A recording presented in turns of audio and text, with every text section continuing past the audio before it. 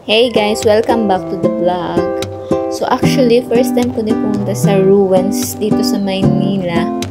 Even though matagal na ako dito. So habang dinidiscover natin isa sa pinaka-historic spot dito sa Maynila, ang Manila Ruins sa loob ng Intramuros. So I've never been there. So this is my first time to. So ready na kayo? Tara, stroll tayo guys. So ayun, alam nyo, dito sa Maynila, iba talaga yung vibe pag naglalakad ka sa Maynila. May halong luma at moderno. Ayun, no, may building sa bago, meron din pag bumili ka, may mga makikita ka lumang simbahan. Pwede na parang may sariling kwento. Habang papunta tayo sa Intramuros, ramdam mo yung energy ng lungsod, diba? Busy, maingay, pero may charm. So, kahit pawis, enjoy pa rin.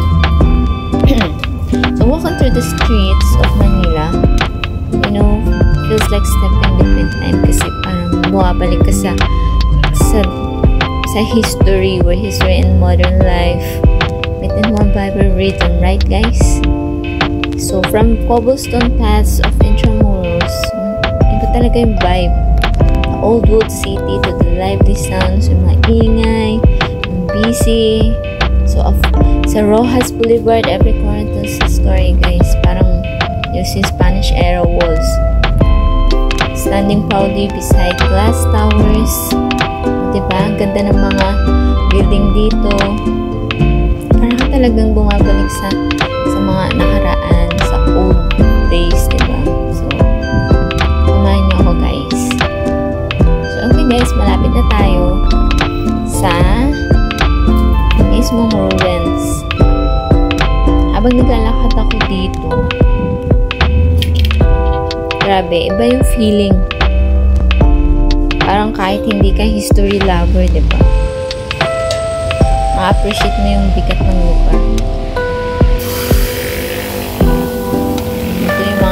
Ito yung mga pader na to. Nakakakita na ng demanding, sunog, lahat. Makakapagsalita lang to guys. Napakagandang kwento. Baka mas maganda pa sa mga kwento kayo sa mga teleserye. And ito na nga yung Manila Ruins. First time ko dito guys. Kung makikita nyo, ito na lang yung natira. Kasi diba, after ng World War II, grabe kasi yung Battle of Manila noong 1945. So, guys, diba, ang lawak nito. So, what more nung hindi pa to nawawasak, diba? Pero kahit gumuho na to, ang ganda pa rin. May artistry, may soul. So, ayan no, may nagpalit pa dito ng costume, dito sa bato, yung mga lumang art. Proof na noon, napakagaling ng mga Pilipino. Mga Kastilang nagdisenyo. So, dito mga praile, estudyante, at kahit ngayon tayo rin, bahagi na ng kwento. Ayun, ang haba niyan, guys. Hindi ko na-expect na napakalawak pala nitong ruins. So, may mga nagsasabi sa gabi, parang may narinig kang kampana, naglalakad na sundalo. Pero hindi naman kailangan ng ghost story, guys. Yung history pa lang, sapat na. Dito mo makikita kung gaano katatag Maynila. Nawasak man sa digmaan, pero bumangon. At yung mga ruins na to, naging simbolo ng resilience. Diba? Habang naglalakad ka dito, daming interesting spots. Ayan, itong building na to, hindi to sa harap na to, napakaganda. So, mga museums din, may mga cafe, may mga bike path, diba? Parang may mga daanan yung mga bike, pwede ka din mag-stop kahit saan for a photo. Very Instagrammable, guys. Instagrammable lahat. So, ayan. At yung hangin dito iba rin. Oo. Medyo polluted na siya, pero syempre may amoy siyang luma. Pero hindi bad. Parang may amoy history din, diba? Ayun guys, ang saya maglakad sa Manila Ruins. Hindi lang siya pang tourist, pang estudyante din, pang soul.